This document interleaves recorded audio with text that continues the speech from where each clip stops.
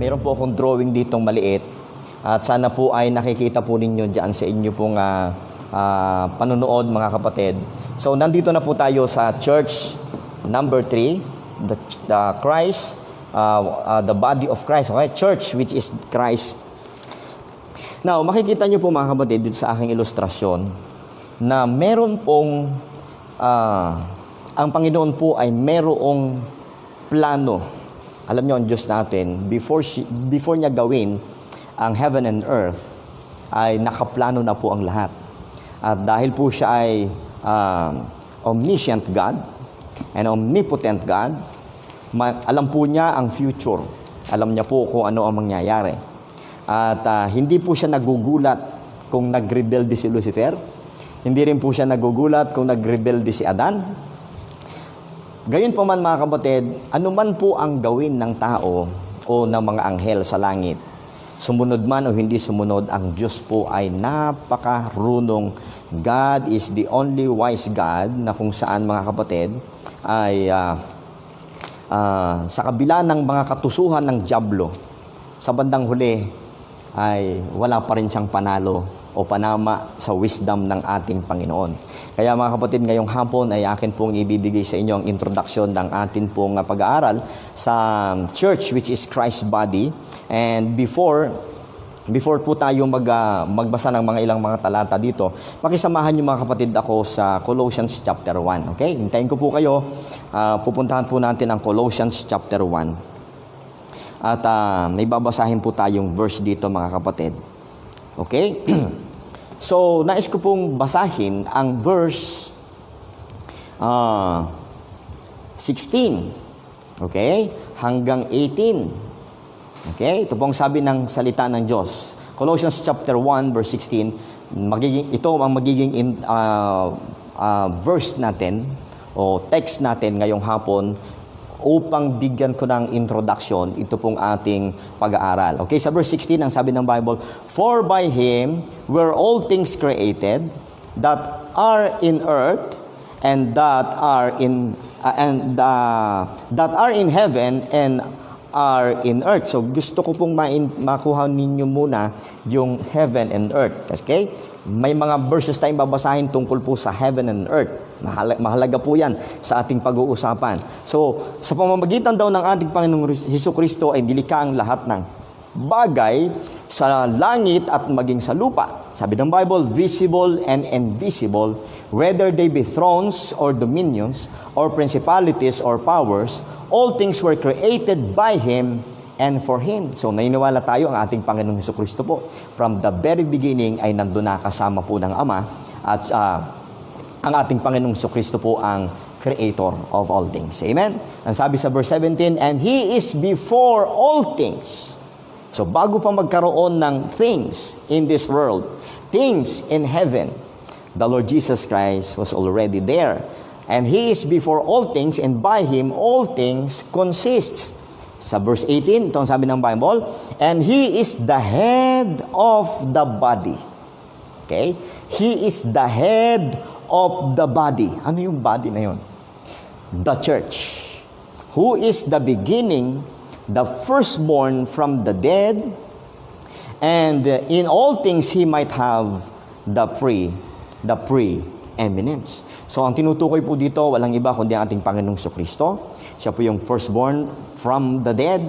At ang sabi ng Bible, that in all things He might have the preeminence. At siya po yung head, the body. Ito po ang tinutukoy. Okay? Now, pag-usapan po natin, mag-jump tayo ng ilang mga verses. Doon pa rin tayo sa Colossians chapter 1. Sana po ay sinasamahan niyo po akong magbuklat. Sana po ay may mga Bible kayo, may mga kwaderno kayo dyan, meron po kayong ballpen. Isulat niyo po at kung hindi niyo mag-get sa unang pagtuturo ko, inyo pong balikan. Okay? At naniniwala ako na ang Holy Spirit ang magpapaunawa po sa atin. Now, tingnan po natin mga kapatid yung verse 23 pababa. Okay?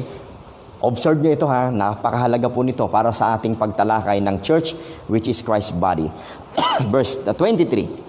Sabi ng Bible, "If ye continue in the faith, grounded and settled, and be not moved away from the hope of the gospel, which ye have heard, and which was preached to every creature which is under heaven, okay, whereof I, Paul, am made a minister. Ngayon, napakahalaga po ng word na ito, ng phrase na ito, whereof I, Paul, am made a minister. Anong tinutukoy niya na ginawa siyang ministro? Saan sa ginawang ministro? Okay? Mahalaga po yun. Now, ang sagot po ay nasa verse 24. Saan sa ginawang ministro? Saan ministro daw si Paul? Who now rejoice in my suffering for you, and fill up that which is behind the affliction of Christ in my flesh, for His body's sake. Ano yung body's sake na yon? Ano yung body? He is the head of the body, sabi kanina. Si Christ po ang head of the body. At ang sabi ni Paul, siya po yung ginawang minister. Okay? Hindi po yung mga nagpapakilalang mga sugo sa panahong ito. Ang ministro, ang sugo, ang huling sugo na tinatawag. Ang huling sugo po, mga kapatid, ay walang iba kundi si Apostle Paul. At saan po siya minister? Saan po siya pinuno, mga kapatid?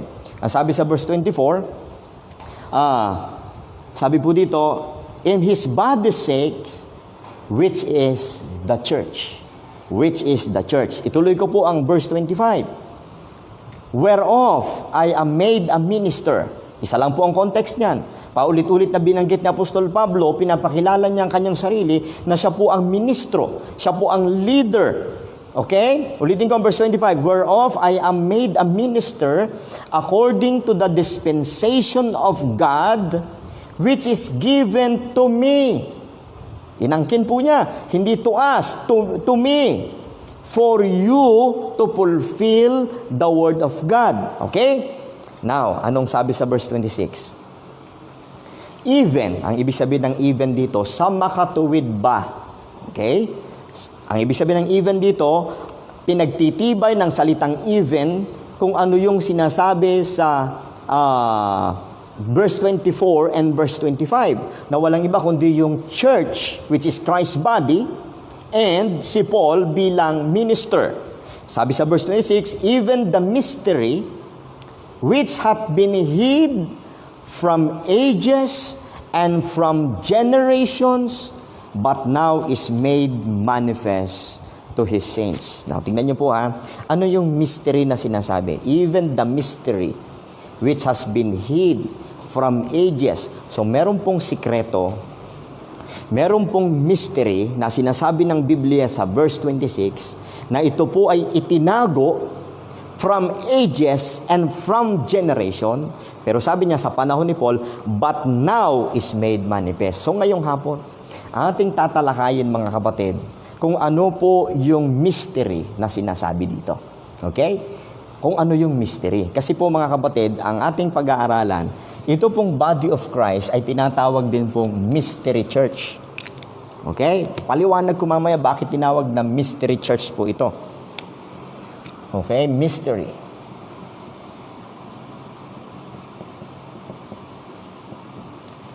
Mystery church. Kaya sabi ko sa inyo, mga kapatid, itong church na ito, iba ho dito. Okay? Bakit ko nasabi yan? Dahil ang sabi ng Apostol Pablo, okay, even the mystery which has been hid from ages and from generation, ibig sabihin, simula po dito, mga kapatid, tuloy hanggang dito sa panahon ng Panginoong Jesucristo, kasama po ito sa ages and generations, at ito daw po ay hid, ito'y tinago, okay? At ang sabi po ng Bible, but now is made manifest.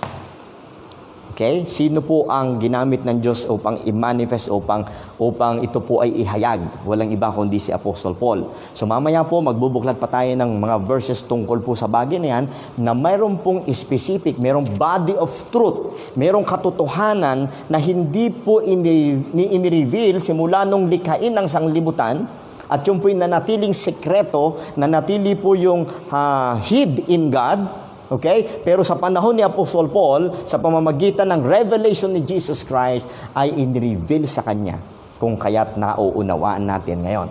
Okay? So, sobrang halaga po niyan, mga minamahal. Ngayon, umpisahan po natin ang ating pagtalakay, umpisa sa umpisa. Okay? Naalala niyo ho ba mga kapatid kung ano ang desire ni Lucifer bago po siya totally bumagsak? Tingnan po natin sa Isaiah chapter 14 mga kapatid. Kung nagbubuklat kayo ng Bible, pakisamahan niyo po ako. Isaiah chapter 14. Umpisa natin sa umpisa. Okay? Para maganda ho ang ating discussion pagdating dito at lubos yung maunawan. Isa sa I will ni Lucifer ay ito po. Mababasa natin sa Isaiah chapter 14, verse 14. Hindi ko na babasahin yung context niya. At alam ko po na familiar kayo dyan. Yung 5 I will ni Lucifer. Okay, sabi po ni Lucifer sa verse 14, I will ascend above the heights of the clouds. I will be like the Most High. I will be like the Most High. Now, may tanong ako. Before si Lucifer bumagsak at naging Satan, sabi ni Lucifer sa verse 14, I will ascend above the heights of the clouds. Ibig sabihin, si Lucifer, mga kapatid, ay nasa lupa. Ang unang leader, ang possessor, ang pinakapinuno sa original earth o sa unang mundo na nilikha ng Diyos, sa perfect earth, ay walang iba kundi si Lucifer. Ito po yun. Dito po yun, mga kapatid. Okay? Pero, habang nandito siya, umaakyat siya, bumababa, umaakyat, bumababa. Okay? At minsan, isang araw, nakita ni Lucifer kung gaano ka-majestic ang Diyos, kung gaano ka-excellent ang Diyos, kung paano siya sinasamba ng laksa-laksang mga anghel at nagkaroon ng inggit si Lucifer. At ang sabi po niya, mga kapatid, I wanna be. Sabi niya, I will ascend above the heights of the clouds. I will be like the Most High. Don't forget, the Most High. Sino po yung Most High? Walang iba kundi po yung Diyos na lumikha, yung creator ng langit at lupa. Now, meron pong napakahalagang meaning ang salitang Most High. Okay? Most High. Ano po yan? Tignan po natin mga kapatid dito po sa Genesis 4 verse 19. Ito yung panahon na kung saan, okay, tignan po natin Genesis chapter 4. Okay. Kung nagbubuklat po kayo, ako po'y samahan ninyo sa pagbubuklat. Genesis chapter 4 verse 19. Ito po ang sabi ng salita ng Diyos. Okay. Okay. Sabi ng Bible, 4:19. Kamali yata ako ng sulat, mga kapatid. 14:19 siguro to. 14:19. Yung pong word na Most High. Okay. 14 verse 19. Okay. Amen. Ito na. Babasahin ko muna, mga kapatid. Ito yung time na kung saan ay nagbigay ng tithes si Abraham, okay, kay Melchizedek. At ang sabi po ng Bible sa, lagay ko na, mga kapatid, sorry po, Genesis 14:19 pala yan. Okay, Genesis 14 verse 18. Start tayo sa verse 18 and 19. Okay, sabi ng Bible, verse 18, and Melchizedek, king of Salem, brought forth bread and wine, and he was the priest of the Most High God. Don't forget, ang desire ni Lucifer kanina, nabasa natin, gusto niyang maging kagaya ng Most High. And then, sabi po ni Melchizedek, sabi po ng writer ng Book of Genesis, si Melchizedek daw po ay priest nino. He is the priest of the Most High God. Anong ibig sabihin ng Most High God? Tanyo, verse 19. And he blessed him, he binlessed si Abraham, and said, Blessed be Abram of the Most High God. Paulit-ulit na binanggit. Melchizedek was a priest of the Most High God, and he blessed Abraham, okay, of the Most High God. Blessed be Abraham of the Most High. So, pag-aari ng Diyos si Abraham ng Most High God. Bakit laging kinakapit sa Panginoon dito yung salitang Most High God? Kasi mahalaga po yan. Because ang meaning po ng salitang Most High God is the possessor of heaven and earth. He is the possessor of heaven and earth. Bakit ko po ito dinidiscuss, mga kapatid? Mahalaga po ito. Bakit po? Sapagkat nagkaroon, kung ang Diyos ang possessor, kung ang Diyos po ang owner, okay? Kung ang Diyos po ang creator ng heaven and earth, at si Lucifer ay nag-desire na maging most high din, upang siya'y maging possessor din ng heaven and earth. Nakuha niyo po yan, mga kapatid? Kaya po may nangyaring rebellion. May nangyaring rebellion. May nangyaring rebellion sa heaven na pinamunuan po sa pamamagitan ni Lucifer. Okay? So ang original heaven, yung perfectness ng mga beings doon, na-defile, mga kapatid. Na-defile, may verse sa Bible na na-defile ang heaven. Okay? Now, gumawa ang Diyos ng earth, okay? Na kung saan, mga kapatid, inilagay niya si Adam, pero dahil nga ang desire ni Lucifer, mga kapatid, ay maging possessor din siya ng heaven and earth. Nung nawasak ni Lucifer ang heaven, inudyukan niya si Adan na magsumuway sa Diyos. So merong rebellion na nangyari sa heaven, merong rebellion na nangyari sa earth sa pamamagitan po ni Adam, okay? And since then, mga kapatid, hindi papayag ang Diyos na sisirain lamang ng kanyang nilikha ang kanyang original design sa heaven and earth. Kaya since then, mga kapatid, mayroon pong tinatawag na eternal plan ang Diyos to restore the heaven and the earth. Okay, ulitin ko ha. Simula po noong nagkaroon po ng rebellion sa langit at maging sa lupa, nagkaroon po ang Diyos ng eternal purpose o eternal plan to restore. Okay? Kaya mo tinatawag ng Bible na Day of Restitution. Okay? Day of Restitution. Sapagkat sa Millennial Kingdom, mga kapatid, para pong Eden na rin po dyan. Okay? Parang Garden of Eden na po yan sa katiwasayan at sa righteousness. Pero ang tunay na restoration talaga ay after pa ng Millennial Kingdom. Pero ang gusto ko pong bigyan natin ng focus ngayon, ano po ang plano ng Diyos sa heaven and earth for its restoration. Okay? So ngayon, mga minamahal, puntahan po natin yung isang kilalang verse din sa Bible. Walang iba kundi ang Deuteronomy 29, verse 29. Okay? Binibiro po nung ako po ay nasa Bible school pa lang, kapag daw ho ang pastor ay tinatanong ng miyembro at wala nang maisagot at hindi alam ang sagot, tatakbo yung pastor dito sa verse na ito. Okay? Ano po ang sabi sa verse na ito? Deuteronomy chapter 29:29. Pero sobrang halaga po ng verse na ito sapagkat dito natin makikita na ang Panginoon ay mayroong secret. Okay? Meron siyang secret na i-reveal niya sa tamang panahon. Okay? Tingnan po natin, mga kapatid, Deuteronomy chapter 29, verse 29. Ito po ang sabi ng salita ng Diyos. The secret things belong unto the Lord our God. So, nagsusulat nito ay walang iba kundi si Moses. At sabi ni Moses, alam ni Moses na merong secret ang Diyos. Okay? The secret things belong unto the Lord our God. Then makikita nyo yung colon, but, ito yung naghihiwalay, but those things which are revealed belong unto us and to our children forever, that we may do all the words of this law. Okay? So makikita natin, mga minamahal, merong dalawang pag-aari ang Diyos. Ito yung isa ay secret things, yung isa ay revealed things. Kaya ito sinulat natin dito.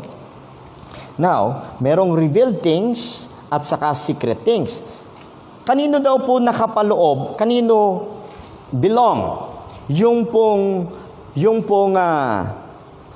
revealed things. Babasahin ko ulit. But those things which are revealed belong kanino? Ito sa Diyos. Lord, our God. So, ibig sabihin, secret ng Panginoon. Merong sikreto ang Diyos. Okay? Pero, meron din pong ni-reveal At kanino po, para kanino yung ni-reveal? Sabi dito, but those things which are revealed belong unto us. Sino yung us? Yung us na yan, us, sinong kausap ni Moses? Belong unto us. Ano pa? And to our children, our children, ano pa? Forever, that we may, we. Sino po yan? Walang iba kundi ang mga Jews. Amen? Ang mga Hudyo, mga kapatid. So, meron pong bagay na sikreto, merong bagay na revealed. Now, pumunta po tayo mga kapatid. Ang sikreto po, ito po ang ating pong explanation dito. Itong secret things, which is, meron pong tinatawag na heavenly program or plan. Heavenly program or plan to restore the heaven. Kasi, alam nyo ba kung ano nangyari sa heaven nung si Lucifer ay nagrebelde? Hindi lang naman po siya napatalsik sa langit. Okay? Napakaraming anghel ang kanyang nakuha. At alam sa Bible mga kapatid, hindi naman po nagre-reproduce ang anghel. Hindi naman po sila dumarami. Okay? Ngayon, mayroon pong dahilan ng Diyos bakit ganun lamang yung bilang nila. Tapos nakuha pa. Ngayon, ang Diyos po ay mayroong future plan upang ma-restore yung nasirang original design niya sa langit. At yun po ay secret. Secret things pa yun. Belongs unto the Lord. Pero yan po ay heavenly program. Okay? Ngayon, ito pong things that are revealed, which is binigay sa mga Hudyo, ang tawag po rito ay earthly program. Okay? Masusundan po ninyo yan, mga kapatid. Magkaiba ho yan. Okay? Magkaiba po yan, mga kapatid. Diyos, ito pong isa ay wala pa, sa Panginoon pa lang. Sikreto lang yan ng Panginoon. Okay? Now, ngayon mga kapatid, alam po natin na sa Old Testament, ang Panginoon, kakaiba yung kanyang trato, yung kanyang treatment sa mga Jews. At parang ang Gentiles itchapuera. Parang ang mga hintil hindi pansin. Parang kung alin pa yung mas napakaraming kaluluwa na dapat pagbigyan ng Diyos ng atensyon sa panahon ng Old Testament, kunting-kunti lang naman po ang Hudyo. Okay? Pero bakit ang Diyos nakatingin? Apple of the eye. Sabi ng Bible, ang mga Hudyo ay parang apple of the eye ng Diyos. Sobrang importante sa Diyos. Okay? Kaya ganyan na lamang yung batas nila.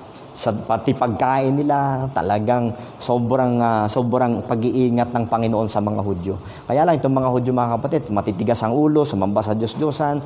Okay? Gayon pa man, yung plano ng Diyos to restore the earth, okay, dito po sa Millennial Kingdom, hindi kailanman po yun nagbago. Kaya lang mga kapatid, noong dumating ang time na nireject ng mga Hudyo ang Panginoong Jesucristo, okay, na-stumble sila dito during earthly ministry, and then na-fall sila po dito, mga kapatid, sa cross, nag-diminish sila, mga kapatid, sa Book of Acts, pagkatapos dineclare ng Bible na sila po ay temporarily blind, okay, at dineclare din ng Bible na sila po ay cast away, and then ang Diyos po, ang mga Gentiles na dating aso lang o dogs, bumaling po ang Diyos doon.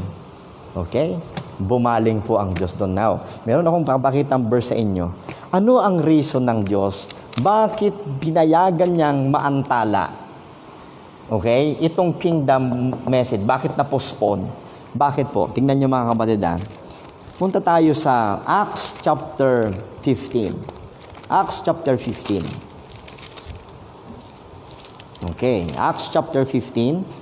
Hanapin po natin yung verse 20. Okay, Acts chapter 15.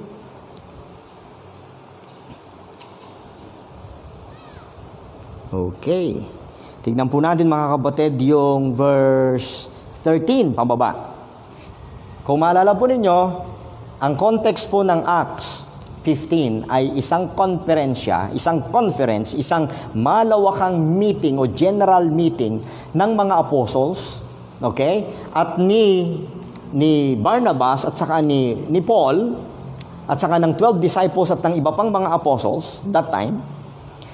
Because ang issue po dito ay merong mga sumasampalataya daw. Okay? Pero ini-insist na hindi sila maliligtas kung hindi maliligtas ang mga hintil, ang mga Gentiles, kung hindi pasusunurin sa utos ni Moses. Ito ang sabi sa verse 1. Acts chapter 15 verse 1. And certain men which came down from Judea taught the brethren and said, except ye be circumcised after the manner of Moses, ye cannot be saved. So yun ang issue mga kapatid. Ito po ang reason ba't nagkaroon ng meeting dito po mga kapatid sa Acts 15. Bakit? Andito na po yung church. Okay, ito na yung church. Pero itong mga taga rito na inabutan po at nakapasok sa New Testament mga kapatid, gusto pa rin nilang i-insist yung law of Moses at ilagay sa balikat ng mga Gentiles. So pinag-usapan po nila. At nakita po natin dito, nagpatotoo si Paul na ginagamit siya ng Diyos sa mga Gentiles. Meron siyang new revelation from the Lord na ang mga Gentiles, mga kapatid, ay inililigtas ng Panginoon. At dito po ay biglang nagsalita din si Peter. Okay? At pinatotohanan ni Peter na ginamit din siya ng Panginoon doon sa Acts chapter 10 sa sambahayan ni Cornelius. Okay? Now, pagdating mga kapatid dito sa verse 12 o 13. Sa verse 12, sige. Umpisa natin sa verse 12. Ito po yung isa sa bahagi ng kanilang meeting. Verse 12. Then all the multitude kept silence and gave audience to Barnabas and Paul, declaring what miracles and wonders that God wrought among the Gentiles by them. So, nagpaliwanag si Pablo at saka si Barnabas na ang Diyos ay nagliligtas ng mga hintil. Ngayon, siyempre sa pandinig ng mga Hudyo, akala ko ba ang focus ng Diyos nasa ating mga Hudyo? Pero dahil nga po sa pagpapako sa cross, okay, pagpatay kay Stephen sa Acts chapter 7, pagbato kay Stephen hanggang sa mamatay mga kapatid, ang Diyos ngayon ay iniligtas si Paul sa Acts chapter 9. Yun pala si Paul ay isang vessel na gagamitin ng Diyos para sa mga Gentiles. Okay? At kaya ito mga kapatid, si Apostle Paul ay nagkaroon ng special revelation from God at siya po ay isinugo ng Panginoon specifically mga kapatid sa mga Gentiles. Si Peter naman ay sa mga Jews.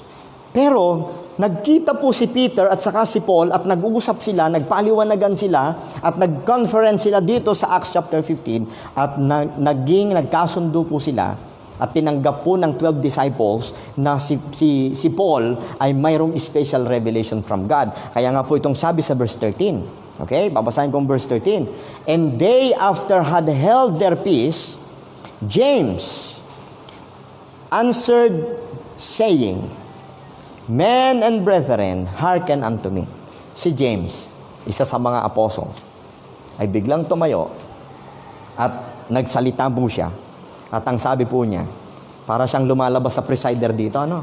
Tingnan niyo sa verse 14, ang sabi ni James, Simon hath declared that God at the first did visit the Gentiles. Anong tinutukoy po ni James? Ito yung time na kung saan ginamit si Peter upang mabahagian ng Word of God ang hintil na si Cornelius at ang kanyang mga kasama sa Acts chapter 10. Okay? Ngayon, ulitin ko ha, napakalaga ng verse 14. Tingnan niyo po. Simon hath declared how God at the first did visit the Gentiles to what? To take out of them, Sinong them? Gentiles. To take out of them a people for His name. Yan. Tatandaan niyo po yan. A people for His name. So, among the Gentiles, mayroong tinatawag na a people for His name. At ang tinutukoy po ni James, mga kapatid, ay ang mga Gentile believers. Okay? Pero, meron na pong revelation ngayon si James saka si Peter. Pero, ang tunay na nakakaalam ng lubos kung sino, mga kapatid, okay, ang pinili ng Diyos upang maging ministro ay walang iba kundi si Apostle Paul. Tingnan niyo po, mga kapatid, ang Ephesians chapter 3 verses 1 and 2. Basahin natin, ha. Anong patotoo dito mga kapatid, ni Paul? Ephesians chapter 3. Listen to this. Listen carefully. Ang sabi ng Bible, "For this cause, I, Paul, the prisoner of Jesus Christ, for you Gentiles." Okay? "If ye have heard of the dispensation of grace," okay? Dispensation of grace of God, which is given me to youward. Ang tinutukoy na you ay walang iba kundi ang mga Gentiles. Okay? Now, isa pa, kasi ang kausap niya rito po sa Ephesians chapter 3 verse 1 and 2 ay walang iba kundi ang Ephesian believers. Pagdating sa Colossians 1:28, si Apostol Pablo na naman po ang nagsasabi at ganito ang kanyang sinabi, mga kapatid. Verse 28. Okay, 127, if I'm not mistaken. 127. Okay. Now, ito po ang sabi. "To whom God would make known what is the riches of the glory of this mystery among the Gentiles, which is Christ in you, the hope of glory." Isang misteryo, isang hiwaga, isang sikreto na itinago sa Diyos, sikret ng Panginoon, na ang mga Gentiles sa panahon ng after the cross, mga kapatid, wala po kahit isang propesiya sa Old Testament na right after ng cross, ang Diyos ay magliligtas sa mga hintil. Wala po. At hindi rin nakasulat na pag-iisahin ng Diyos ang Hudyo at saka ang Gentiles. Wala po. Ang pagkakaalam po ng mga propeta at ng mga Hudyo, mga kapatid, ay wala po ito. Hindi po nila nakita yan sa Old Testament.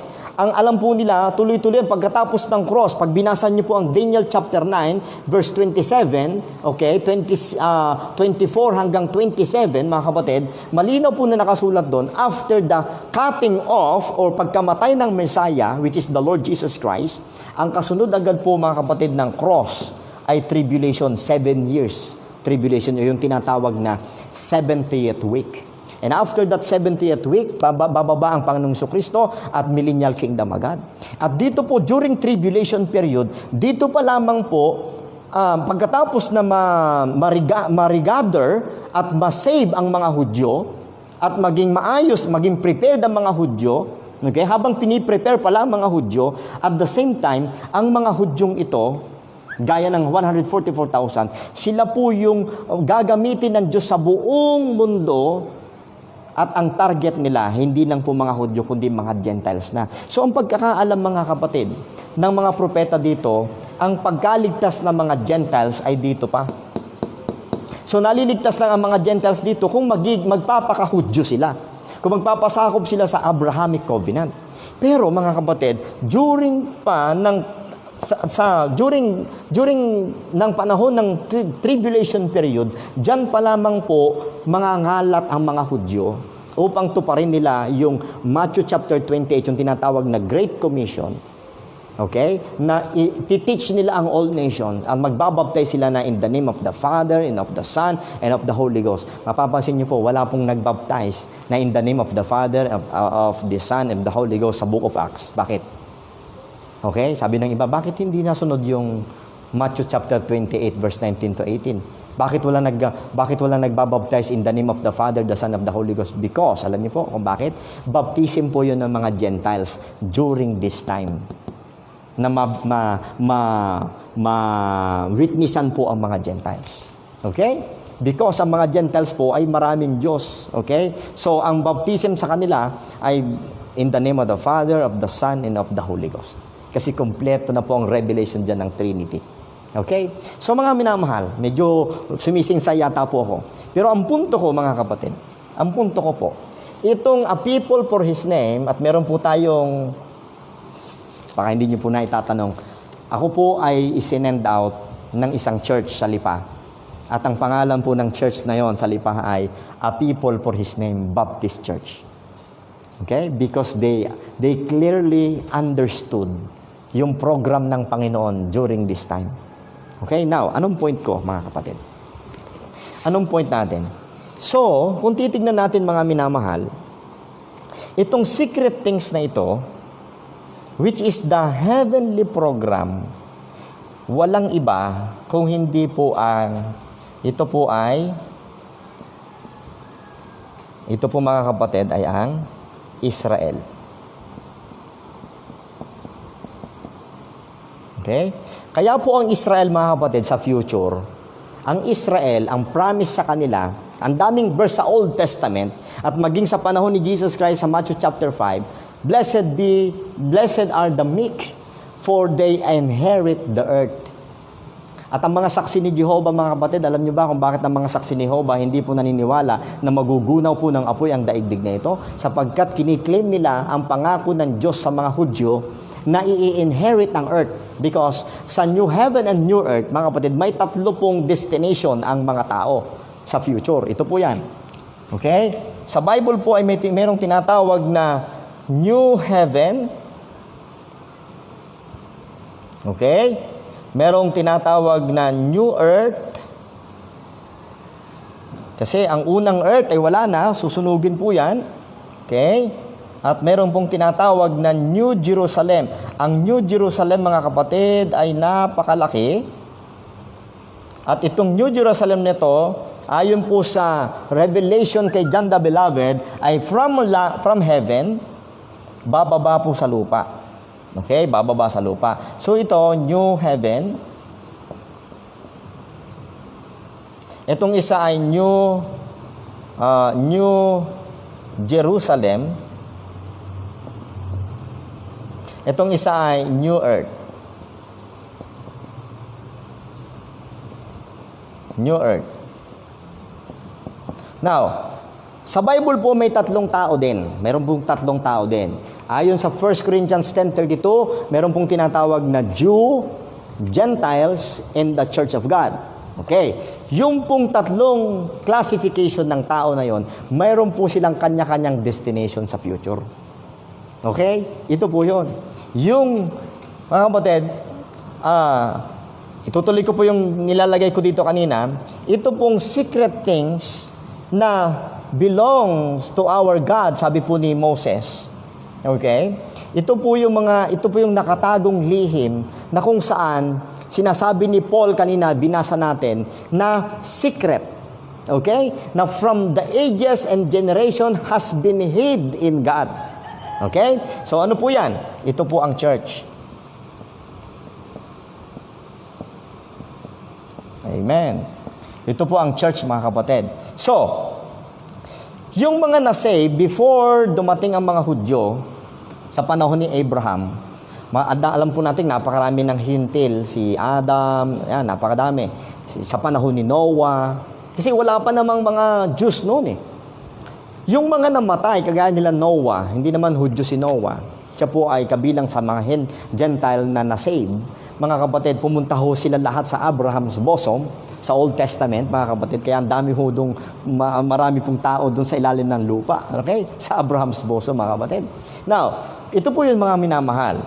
Meron pong Jew, Gentile, and the Church of God. And we believe, mga kapatid, na ang lahat ng ligtas na mga Gentile, okay, sa Old Testament hanggang sa panahon po ng tribulation period, mga kapatid, okay, ay papasok at titira sa tinatawag na new. Ang titira dito mga kapatid ay saved Gentiles. Okay? Ang titira sa New Jerusalem ay, sa future, ay saved Jews because they will inherit the earth at sila po yung magiging pinuno. At sila po yung magiging superior, mga kapatid, even sa future. Okay? Ito yung saved Jews. Saan yan? Sa panahon po na ito. Sa panahon po ni Abraham hanggang po dito, mga kapatid. At hanggang po dito, except po itong age period. Bakit po? Kasi dito sa age period, wala nang nakikilala ang Diyos na Hudyo. Wala na siyang nakikilalang hintil.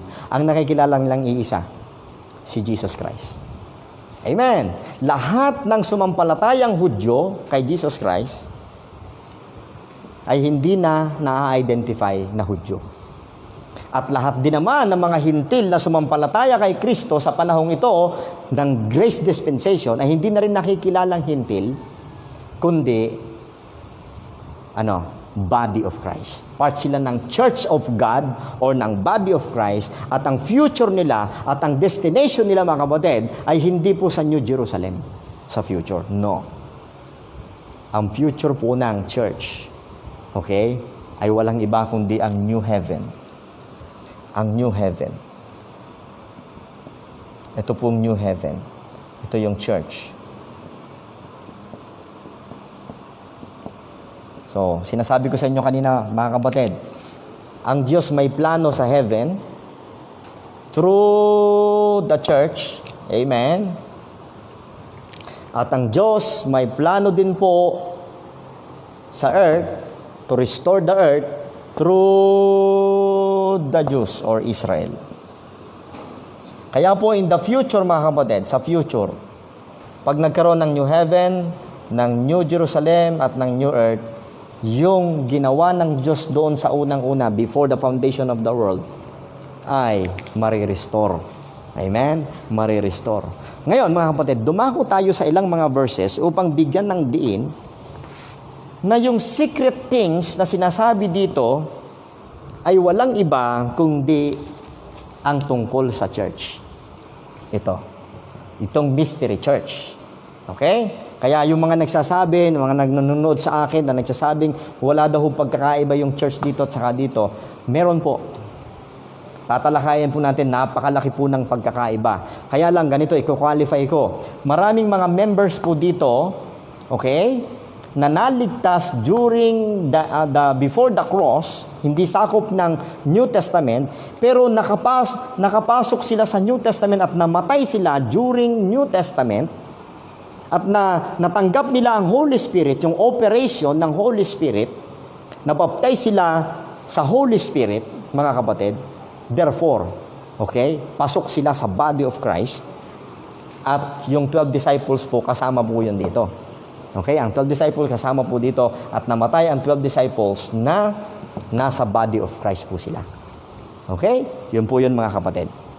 Ngayon, tignan po natin yung mga verses tungkol po dito. Yung plano ng Diyos sa heaven, plano ng Diyos sa earth. Okay? At makikita natin, mga kapatid, yung mga verses na ibibigay ko po sa inyo.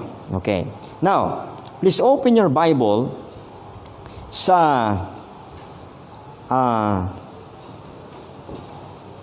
open your Bible in Luke, mga kapatid, sa Luke. Yes. Luke chapter 1. Okay. So, medyo maliliit yung sulat ko rito, kaya hinahanap ko yung aking mga verses na sinulat. Okay, gayon man, kung hindi ko makita, mukhang memorize ko naman. Amen. Sige. Luke chapter 1 verse 68. Luke chapter 1 verse 68. Luke chapter 1 verse 68 and hanggang 70. Luke chapter 1 verses 68 to 70. Amen. Sabi ng Bible, mga kapatid, Luke chapter 1 verse 68 to 70, the Bible says, "Blessed be the Lord God of Israel, For He hath visited and redeemed His people. Ang His people dito ay walang iba kundi ang Israel. And hath raised up an horn of salvation for us, Israel pa rin. In the house of His servant David, Israel pa rin. Verse 20, as He spake by the mouth of His holy prophets, okay, which have been since the world began. So makikita natin ito po yung salitang since the world began. So yung tungkol sa kingdom, sa Genesis chapter 3 verse 15 pa lang, kingdom na po yung seed of the woman na yung pinag-uusapan. At ang sinabi po ng Bible dito, okay, as He spake by the mouth of holy prophets which have been since the world began. Yung tungkol sa kingdom ay pinipreach na, sinasabi na ng mga propeta. Tingnan niyo po yung word. Since, tingnan niyo to ha. Ito. Okay, ito, mga kapatid. Ang tawag dito mga kapatid ay prophecy.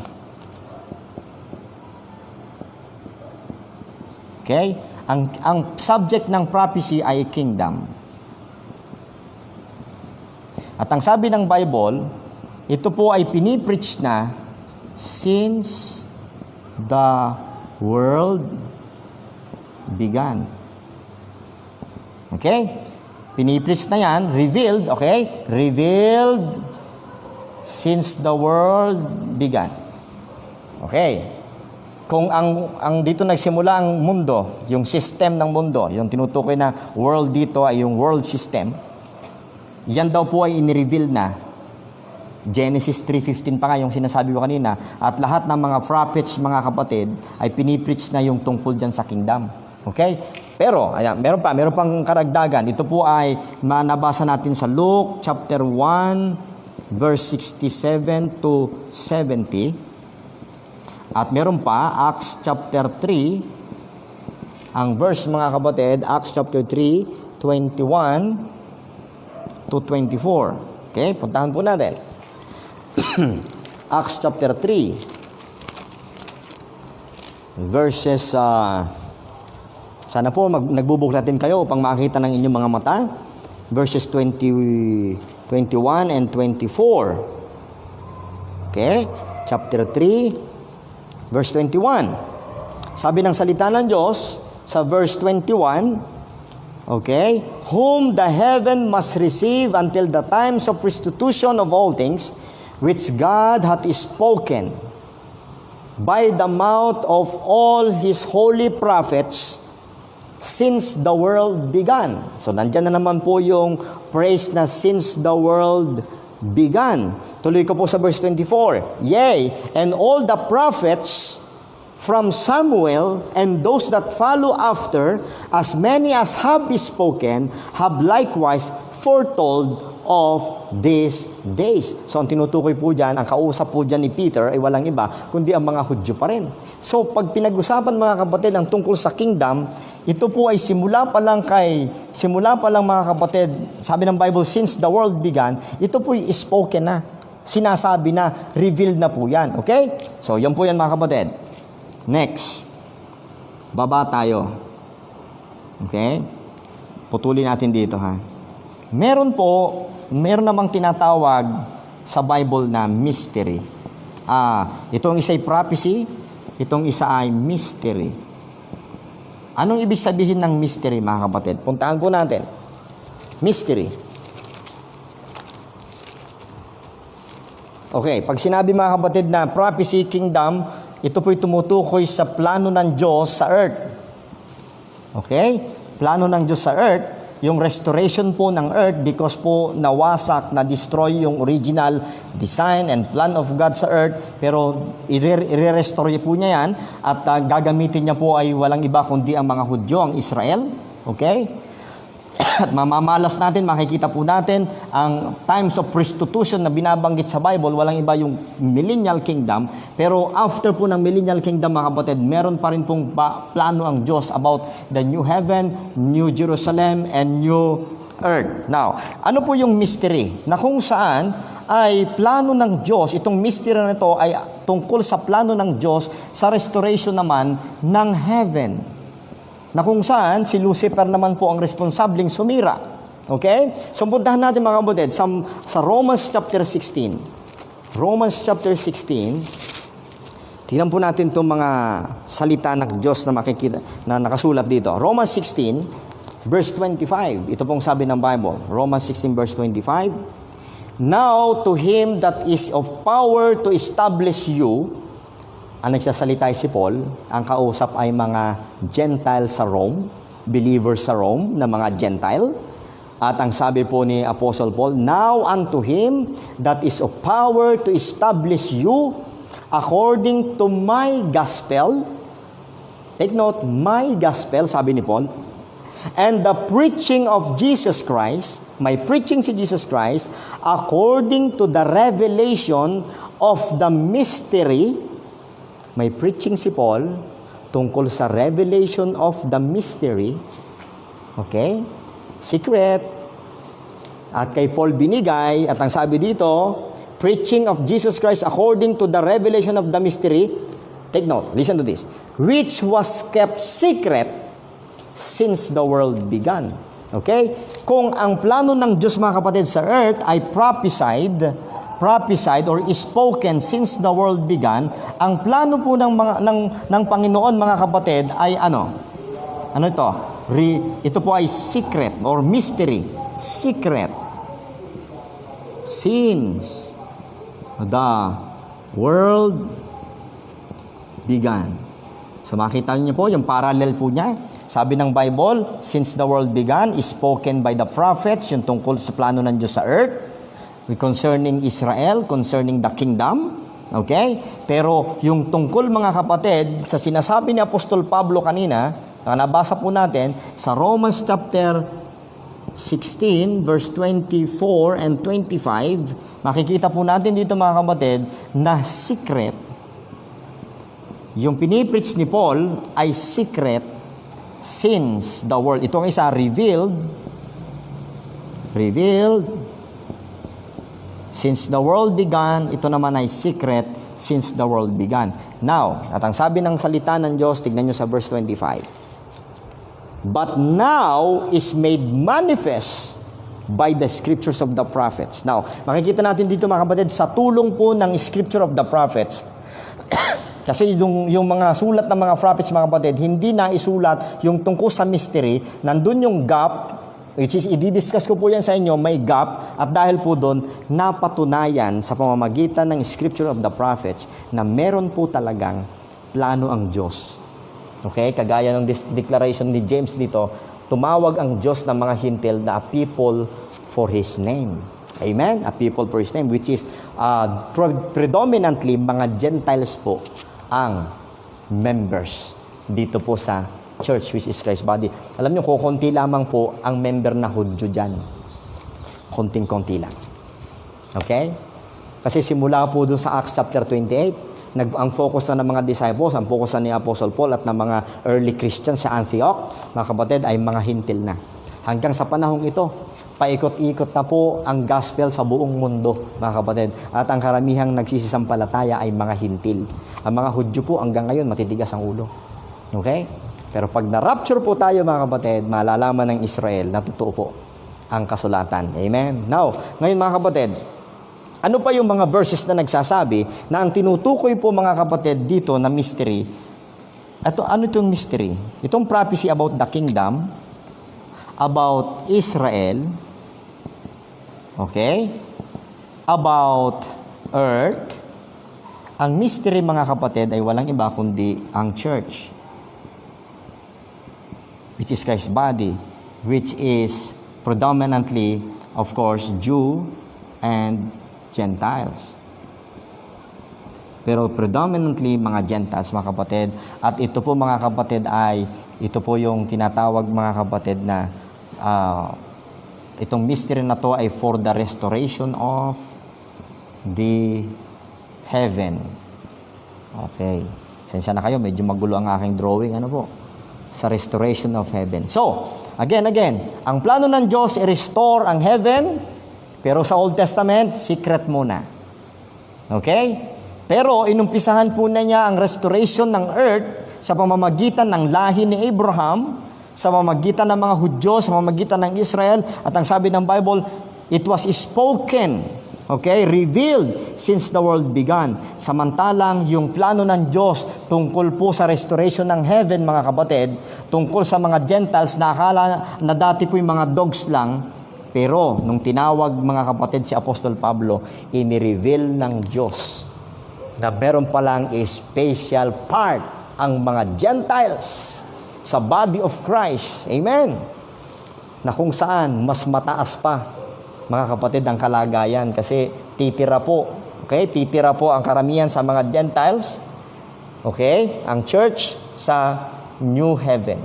For our conversation is in heaven. Amen. Doon po ang ating tirahan. Doon po ang ating citizenship. Hindi po sa lupa. Hindi po sa New Jerusalem. So, napakaganda mga minamahal. Now, ituloy ka pa po yung verse. Ano pa po yung mga verses na nagpapatunay na ang panahon na ito, ang church period, mga kapatid, sa pangunguna ni Apostol Pablo ay special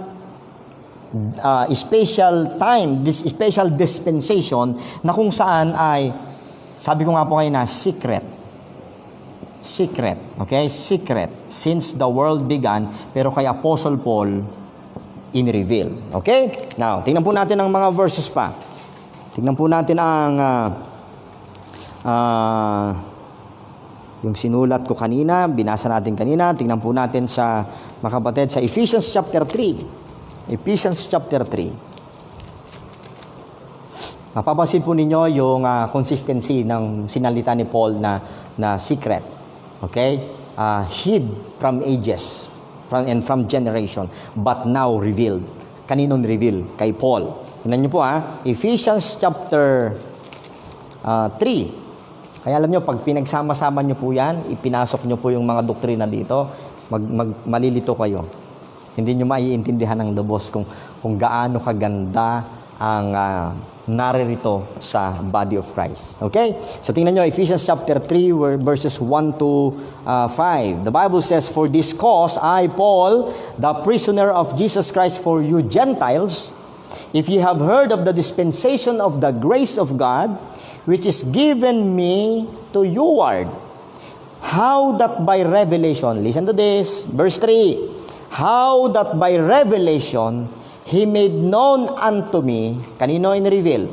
"He made known unto me the mystery." Maliwanag po. Ang mystery, yung secret ng Diyos dito sa Deuteronomy 29:29, na sinasabi ni Moses na secret things belong unto the Lord, okay, ay ngayon po ni-reveal na po ng Lord kanino? Walang iba kundi kay Apostle Paul. Amen. Ni-reveal niya kay Apostle Paul, at tingnan niyo po mabuti, ang sabi po sa verse 3, "How that by revelation, He," si Jesus Christ ang tinutukoy, yung Diyos ang tinutukoy, "how that by revelation He made known unto me the mystery," close and open parenthesis, "as I wrote afore in few words, whereby when you read, ye may understand my knowledge in the mystery of Christ." Okay? Mystery of Christ. Verse 5, "which in other ages," listen to this, verse 5, "which in other ages." Simula doon kay Adan, hanggang dito sa panahon ni Jesus Christ, at maging dito sa unang bahagi ng Book of Acts. Ang sabi dito, sa verse 5, "which in other ages was not made known unto the sons of men, as it is now revealed." Saan yung now? Sa panahong ito? Hindi po. Ang now na yan ay tinutukoy doon sa panahon ng pagtawag kay Apostol Pablo. Si Apostol Pablo ang vessel. Siya yung sisidlan ng secret. Okay? At siya rin ang ginamit ng Diyos upang i-reveal. At ang sabi po niya, you may understand my knowledge in the mystery kung babasahin niyo yung sinulat ko. Ano bang sinulat ni Apostle Paul? From Romans to Philemon. Doon niyo maiintindihan. Doon niyo maiintindihan ng lubos ang mystery. Mystery doctrine, mystery program, mystery teaching. Amen. Now, tingnan po natin, tuloy po natin verse 6. "That the Gentiles that the Gentiles should be fellow heirs and of the same body. Hindi po yun yung body of the Jews, kundi body of Christ. Huwag po ninyong ipagmimix po yon. Iba po yan. Okay? That the Gentiles should be fellow heirs and of the same body and partakers of His promise, not to Abraham, but His promise in Christ by the gospel. Amen? Verse 7. Whereof I was made a minister.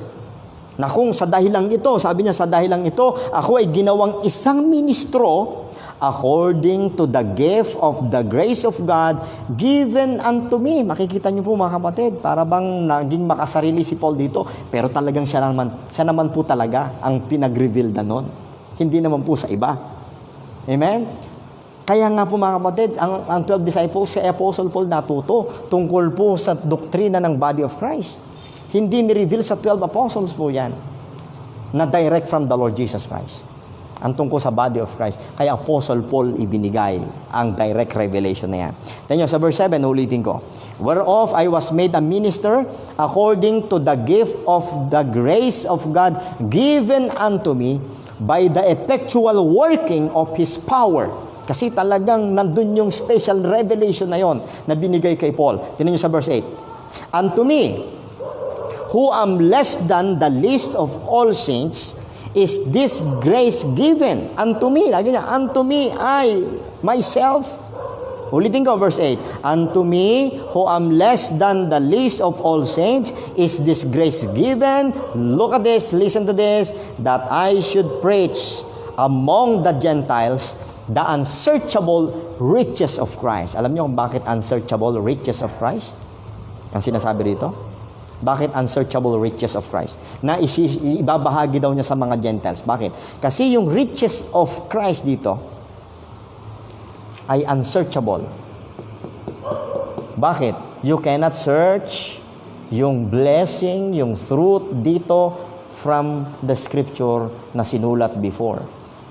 Kahit i-open mo ang Old Testament, you cannot understand, okay, the sweetness, the riches of the blessing among the Gentiles sa panahong ito. Kasi most of the scriptures here ay pabor sa mga Hudyo. Okay? Pero si Apostol Pablo ang binigyan ng Diyos ng revelation na kung saan, mga minamahal, ang mga hintil ay napakalaki ng puwang sa puso ng Diyos. Amen? Sa pamamagitan pa rin ng blood ni Jesus Christ.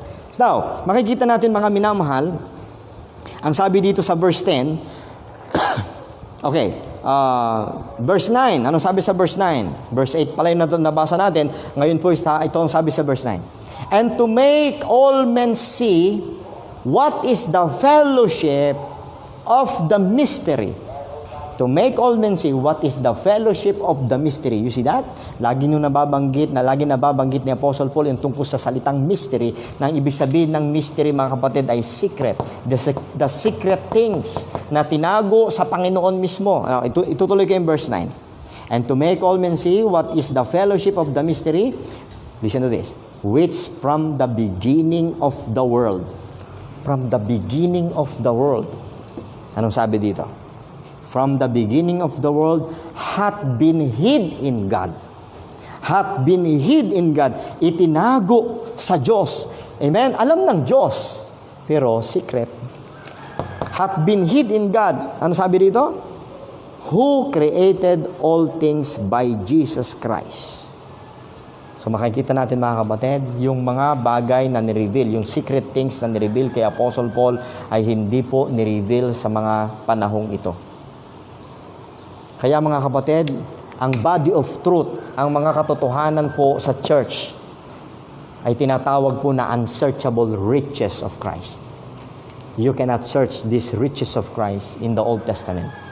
Because, sabi ko nga po sa inyo, lagi kong inuulit-ulit, more on sa mga Hudyo. Pabor sa mga Hudyo. Pero ang age of grace ay pabor sa mga hintil, kagaya nating mga Pilipino. Praise God! Amen! Sapagkat may puwang pala ang mga hintil sa puso ng Diyos, na dati ang tawag po sa kanila ay mga aso lang. Okay? Sila po'y napakababang uri. Without God in this world, sabi ng salita ng Diyos. Okay? Okay? Walang hope. There is no hope in this world. But praise God, by the blood of Christ, by the death, burial, and resurrection of our Lord Jesus Christ, now we become part of His body, the church. Amen. The mystery church. Amen? Lastly, mga kapatid, bibigay ko sa inyo yung verse na binasa natin kanina. Bibigyan po natin ng diin muli. Okay? Sa Colossians chapter 1, verse 18. Okay? Colossians chapter 1, verse 18. Sabi ng Bible, and He is the head of the body, the church. Okay? Who is the beginning, the firstborn of the dead, that in all things He might have the preeminence. So, He is the head of the body, the church. Isusulat ko po mga kapatid Yung kaninang binasa natin ay Ephesians chapter 3, verses 1 to 9. Don't forget that. Ngayon po ay Colossians chapter 1, verse 18. And then jump tayo mga kapatid sa Colossians chapter 1, verse 25 and 26. Anong sabi ng salita ng Diyos? Whereof I am made a minister according to the dispensation of God, which is given to me for you. Sinong kinakausap na naman? Sino yung for you na yon? Mga Gentiles na naman sa Colossae. Amen. Okay? To fulfill the word of God, verse 26, even the mystery. Yan na naman. Sa makatuwid baga ay ang sekreto, ang hiwaga, okay, ang mystery which hath been hid. Listen to this, napakalinaw. Even the mystery which had been hid from ages and from generation, but now, sa panahon ni Paul, is made manifest to His saints. Amen? So mga minamahal, ganyan po kahalaga. Okay? Ito ay introduction pa lamang po ng ating pagsisimula. Naintindihan po natin mga kapatid na ang church, which is Christ's body, okay, ay nagsimula lang after ng kanyang resurrection, hindi po ng kanyang earthly ministry. Okay? At ito po mga kapatid, predominantly, ang member po dyan ay ang mga Gentiles. At ang doktrinang laman po ng body of Christ, which is ibinigay kay Apostle Paul, ay hindi kamukha ng doktrinang ibinigay kay Peter at maging sa 12 disciples. At ito po ang mga verses na akin pong iiwanan. Ito po ay lagi kong sinasabi at binabanggit sa mga unang pag-aaral po natin. Ngunit babasahin ko po muli sa inyo upang inyong maintindihan na ang revelation, okay, kay Apostle Paul ay special. Galatians chapter 1, especially yung gospel na kanyang pinipreach, ay directly binigay sa kanya ng Diyos. Dito tayo magtatapos mga kapatid. Okay? Galatians chapter 1, verse 11 and 12. Sabi ng Bible, but I certify you, brethren, that the gospel which was preached of me, yung ebanghelyo na pinapangaral ko, ay hindi, sabi niya, the gospel which was preached of me is not after man, hindi ayon sa tao. Verse 12, for I neither receive it of men, sapagkat hindi ko to tinanggap mula sa tao, sabi niya, neither was I taught it, ni hindi ako tinuruan nito, hindi siya tinuruan ng 12 disciples, hindi ipinasa ng 12 disciples ang message dito kay Paul, but, ang sabi ng Bible, but by the revelation of Jesus Christ. Ang dami pang nagpa-pop up sa mind ko na mga verses. Sa 2 Corinthians chapter 12, basahin niyo po doon, nakasulat po doon kung bakit binigyan po ng thorn in the flesh, ng sakit, si Apostle Paul, sapagkat sobrang daming revelation ang ibinigay sa kanya ng Panginoon. At ang sabi doon, nakarating pa po siya sa third heaven. Okay? Sa pagbibigay ng revelation ng Diyos kay Apostle Paul. Okay, sa muli mga